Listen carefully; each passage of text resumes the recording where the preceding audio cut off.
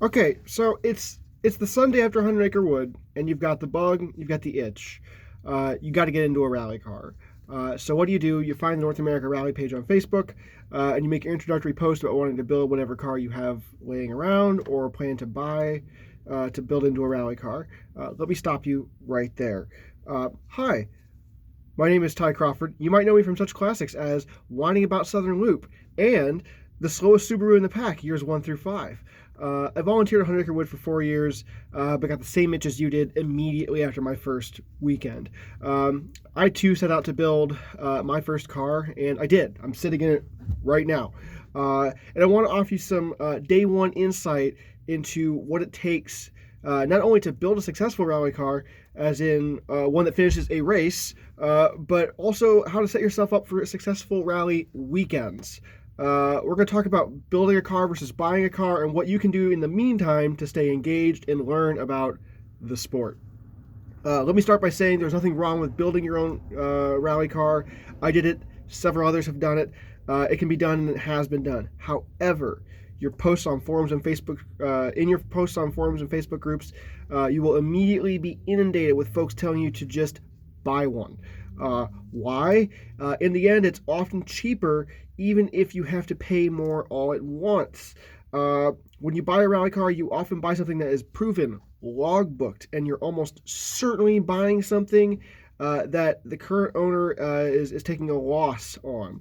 And when you get a rally car that's already built, the owner ideally has already troubleshot it and shaken down the rally car. They've taken it on stages. You can look at all that in their logbook, look up their history, make sure that they've run and competed. And so you're not likely to come up on any day one bugs with the car. Also, when you get a rally car that's already built, everything everything's it's going to work for you. It's going to work. It's set up, it's tuned ideally. Hopefully the guy knows what he's doing. Pardon my, hopefully the owner knows what they're doing. I'm trying to do better. Nevertheless, everything seems fine in the car you've built and you've driven around on the streets. But when you get out there on the course for the first time, suddenly you have so much more sensory experience going on. The dirt and the gravel hitting the car. You're taking these things at speed. You're trying to feel the grip for the first time. The suspension, it might not be tuned right because you built it. You didn't know how. You didn't have a lot of chance to tune it. And so it's better to have a lot less to worry about when you get out there for your first time. So why didn't I buy one?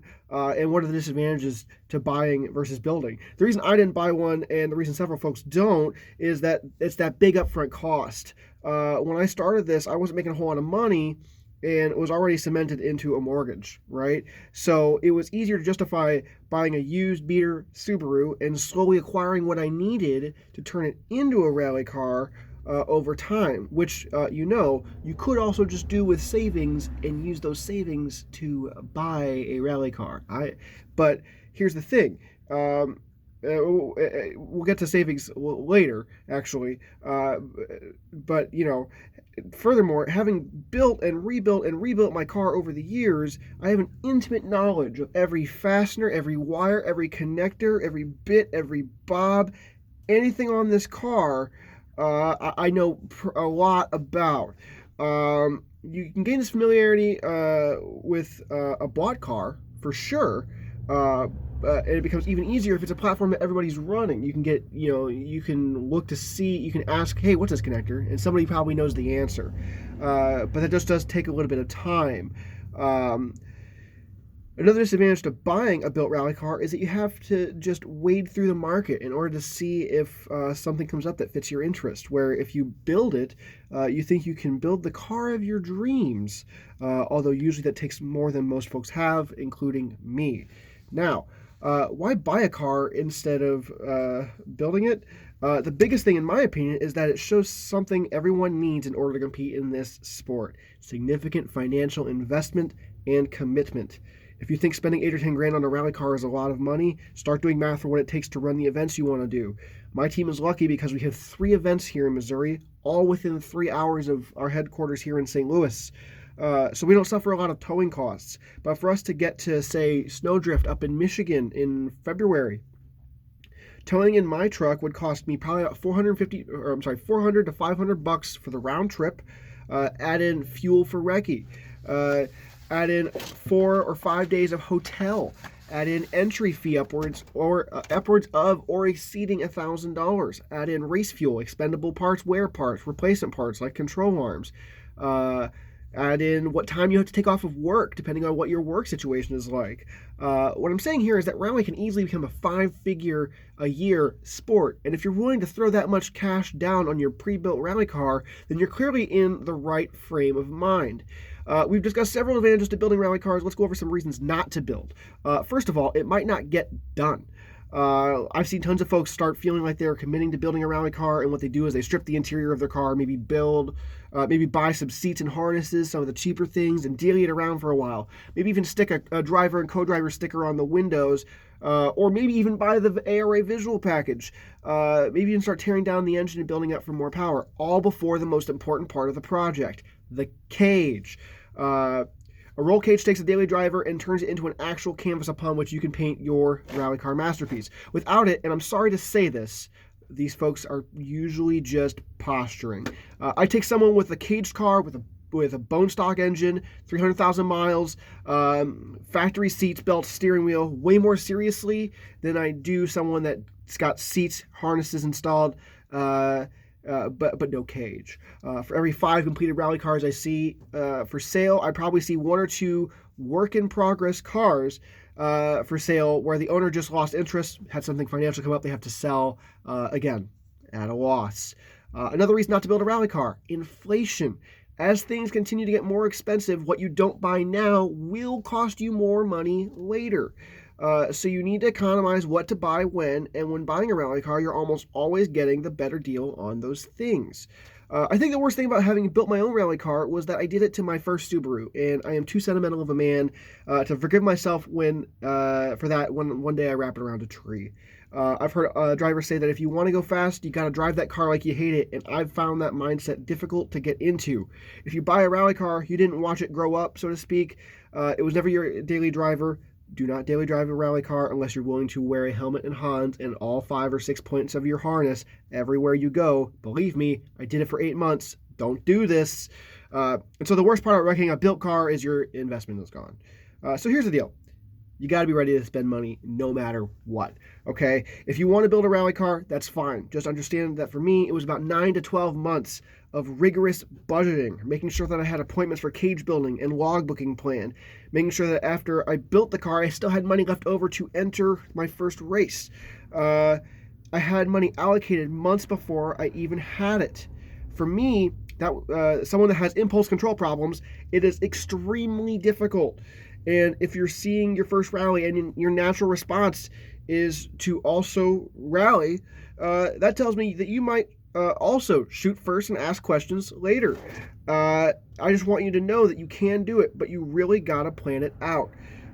One last thing on building a rally car before I move on. I grew up in a Ford household. My dad worked at the Ford plant over in Hazelwood. Both parents owned nothing but Fords ever since. I was going to keep that going by building a Ford Focus, first gen, because Ford, America, right? Whatever. And I ended up going to Subaru because there was so much more support for those. And on anything I wanted to do to a first-gen Subaru Impreza, someone had already done. I could ask forums, I could ask people on Facebook, ask all the guys already racing, hey, how do you put a hydro handbrake in, right? Someone had already done it. I don't know that there's that much of a community around the Ford Focus. If you're trying to be the first person out there with, say, a 1992 Chevy Cavalier station wagon rally car, but you're also trying to LS and rear-wheel drive swap it, all the power to you. But man, it's going to be hard to find answers when something isn't working right. This is going to take some time, probably. That's cool. It takes time. How do you stay motivated? How do you stay involved in the meantime? I've already said it. I've spent 4 years volunteering at the races, and I will die on the hill that volunteering is the best way to spectate the races. There is no better seat in the house. It gives you some insight into how things are ran, things like sweep vehicles and zero cars and green light and how and when roads are closed. Maybe you can do what I just did and get your amateur radio license so you can participate in the net control. And if you don't have a license, you can buy a radio so you can listen in and hear the flow of events and how it goes down.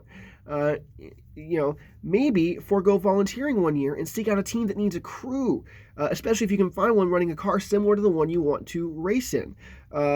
I did this as well. I crewed for Chuck Surdike in Ohio in 2017, a few weeks before my car was off to be caged, months before my first race. And it showed me a different side of the sport, one that I would have to be familiar with in order to race. Because I hate to tell you this, there's a good chance you are going to be your own crew at least once. And you have to muster up the courage to replace a critical part in 30 minutes or less, or your race is over. And so it's real easy to put it off to a crew chief. Hey, replace this while you go sit and sip on, hot cocoa or something while they do it. You are going to be your own crew unless you're really fortunate. Something else that you can do to stay motivated is look around at other builds and understand what goes into making a rally car legal. Even if you buy a car, there's a good chance that immediately or soon thereafter you have to replace, upgrade, or update safety components. Harnesses expire, fire bottles need recertified every so often, cage requirements change. Rules change. Download a copy of the ARA or NASA or Canadian Rally rulebooks, read them, and understand how these rules might apply to your built or bought rally car. I won't name names, but having to wait a little bit makes you think things more. I've seen folks that have had more money than sense. Think they can just cage whatever they want and bring it to an ARA rally and enter, having never even looked at the rule books. And scrutineering tore those cars apart, giving the teams that thought they had a great thing going this laundry list of problems that needed fixed before they could even enter. One last way to get yourself into a rally car, and it might be hard, there might not be a lot of opportunities, and that's co-drive. As you're surely aware, rally cars take two people. Usually the owner is the driver. However, if you study co-driving and talk to some other co-drivers, you might be able to get yourself into a rookie driver's co-driver seat and gain some experience. Remember, in order to finish first, you must first finish. You can get a ride of a lifetime in that seat and get your first-hand experience with the flow of a rally from within a rally car without being totally invested in a car. Get yourself under, get a finish under your belt. Driver calls you back for another race. Get a few finishes. Suddenly, you're developing your skills as the driver is developing their skills. The car is getting faster, and you're getting a reputation. Now, you might find yourself in even faster cars, and you have a bigger resume, right? You can learn a lot just by co-driving. And then finally, my last way to stay motivated, something I also did, was SCCA Rallycross. When I first saw 100 Acre Wood, I rushed to sign up for the first Rallycross I could find and did it in my Super Week 2000 V6 Ford Mustang. I wasn't particularly good at it, but it scratched the itch for a little bit. What's cool about SCCA Rallycross is that it does not require cages or seats or harnesses. You just got to clear all the crap out of your car, make sure your battery's tied down, wear a helmet, and stay between the cones. It's basically just off-road autocross, and depending on your area, this can mean grass, dirt, gravel, mud, a mix of these things, whatever. Look into your local area SCCA and see what they offer for Rallycross. Also, you can Rallycross for a full season, almost certainly not spend more on entry than you would for one stage rally event. I think I've said enough about this topic. I believe in you, okay? Just as much as you believe in yourself. No one can believe in you more than you believe in yourself, all right? Reach out, ask questions, but just know that we have seen so many folks come through asking the same things. That some people don't know how to approach this topic gently. We don't want to deter you at all from getting into this sport, but we don't want to set you up with unrealistic expectations.